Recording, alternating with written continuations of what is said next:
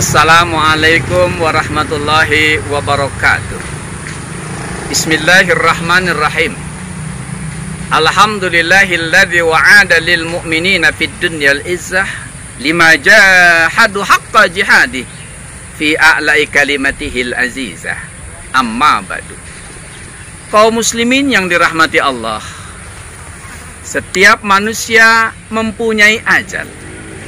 Dan apabila ajal itu telah datang waktunya, maka ia akan datang menjemput. Tidak bisa ditunda dan tidak bisa dipercepat walau hanya sesaat. Karena ajal akan datang tepat waktu. Ajal tidak hanya berlaku untuk umat manusia, namun juga berlaku untuk sebuah bangsa, negara, atau sebuah peradaban. Sebagaimana Allah firmankan dalam Al-Quran surat Al-A'raf ayat 34, walikulli ummatin ajal fa idza jaa ajaluhum la yastakhiruna sa'atan wa la yastaqdimun. Tiap-tiap umat mempunyai batas waktu, maka apabila telah datang waktunya, mereka tidak dapat mengundurkannya barang sesaat dan tidak pula memajukannya. Dalam tafsir fi Zilalil Quran disebutkan bahwa yang dimaksud ajal di sini adalah ajal tiap-tiap generasi manusia yang berupa kematian yang memutuskan kehidupannya di dunia ini. Dan bisa juga ajal setiap umat atau bangsa dalam arti masa kebinasaan, kejayaan, dan kekuasaan suatu bangsa. Apa yang menjadi penyebab runtuhnya sebuah peradaban atau sebuah bangsa? Dr. Abdus Salam Al-Basyuni dalam bukunya Awamil Sukutil Hadratal fil Quran was Sunnah menjelaskan ada sejumlah sebab runtuhnya sebuah negara berdasarkan Al-Quran dan Sunnah Rasulullah Muhammad SAW, yaitu pertama, kekafiran dan berpaling dari Allah Subhanahu wa ta'ala.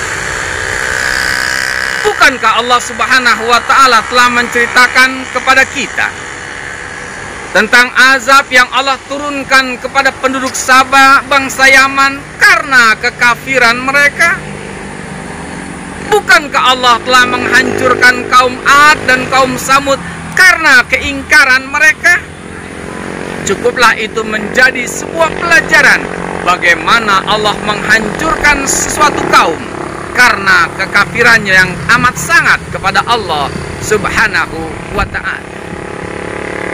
Sebab yang kedua, dosa-dosa yang menyebar luas. Para ulama menegaskan bahwa bencana yang menimpa umat manusia, bencana yang menimpa suatu bangsa, selain karena sebab-sebab yang bersifat rasional, ada juga yang bersifat syar'i, yaitu dosa yang dilakukan oleh penduduk negeri. Firman Allah dalam Al-Quran surat Al-A'raf ayat 96, walau anna ahlal qura amanu wattaqau lafatahna alaihim barakati minas sama'i wal ardh walakin kazzabu fa'akhadnahum bima kanu yaksibun. Jika penduduk suatu negeri beriman dan bertakwa, pastilah akan kami limpahkan kepada mereka keberkahan dari langit dan bumi. Tetapi mereka mendustakan ayat-ayat kami, maka kami siksa mereka disebabkan perbuatannya. Firman Allah dalam Al-Quran surat Ar-Rum ayat 41, Joharal fasadu fil barri wal bahri bima kasabat aydin nas liyuziqahum ba'dal ladzi amilu la'allahum yarji'un. Telah nampak kerusakan di darat dan di laut disebabkan karena perbuatan tangan-tangan manusia, supaya Allah merasakan kepada mereka sebahagian dari akibat perbuatan mereka, agar mereka kembali ke jalan yang benar. Imam Ibnul Qayyim rahimahullahu menjelaskan, yang dimaksud dengan kerusakan dalam ayat ini adalah kekurangan, keburukan dan bencana-bencana yang dimunculkan oleh Allah di suatu negeri akibat maksiat penduduknya. Sebab ketiga, cinta dunia dan takut mati.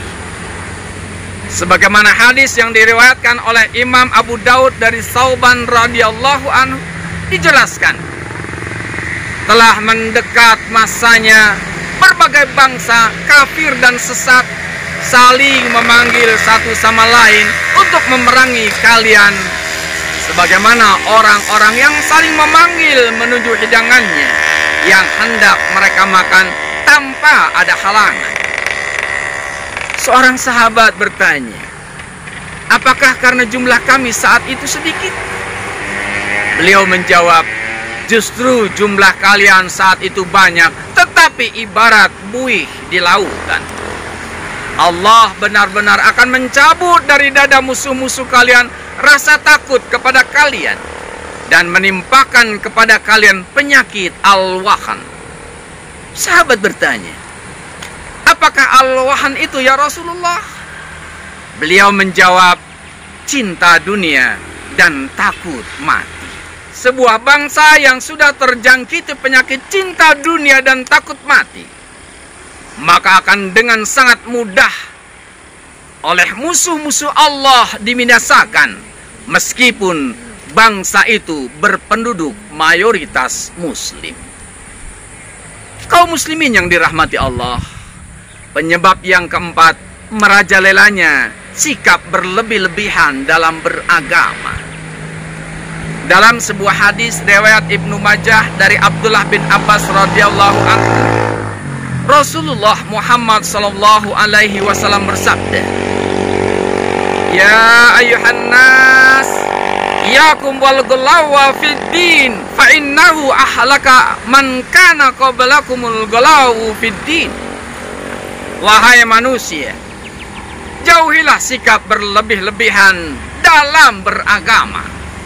Sesungguhnya sikap berlebih-lebihan dalam beragama itu telah menghancurkan umat sebelum kamu. Ukuran berlebih-lebihan dalam beragama adalah melebihi batas-batas yang telah dicontohkan oleh Rasulullah Muhammad sallallahu alaihi wasallam dan ditetapkan oleh para ulama Islam yang terpercaya. Kemudian penyebab yang kelima hancurnya sebuah bangsa adalah merebaknya gaya hidup hedonis. Allah berfirman dalam Al-Quran surat Al-Isra ayat 16, "Wa iza aradna an nuhlika qaryatan amarna mutrafiha fafasaku fiha fahaqqa 'alaihal qaul fadamarnaha tadmira." Dan jika kami hendak membinasakan suatu negeri, maka kami perintahkan kepada orang-orang yang hidup mewah di negeri itu supaya mentaati Allah. Tetapi mereka melakukan kedurhakaan dalam negeri itu, maka sudah sepantasnya lah berlaku terhadapnya perkataan atau ketentuan kami. Kemudian kami hancurkan negeri itu sehancur-hancurnya.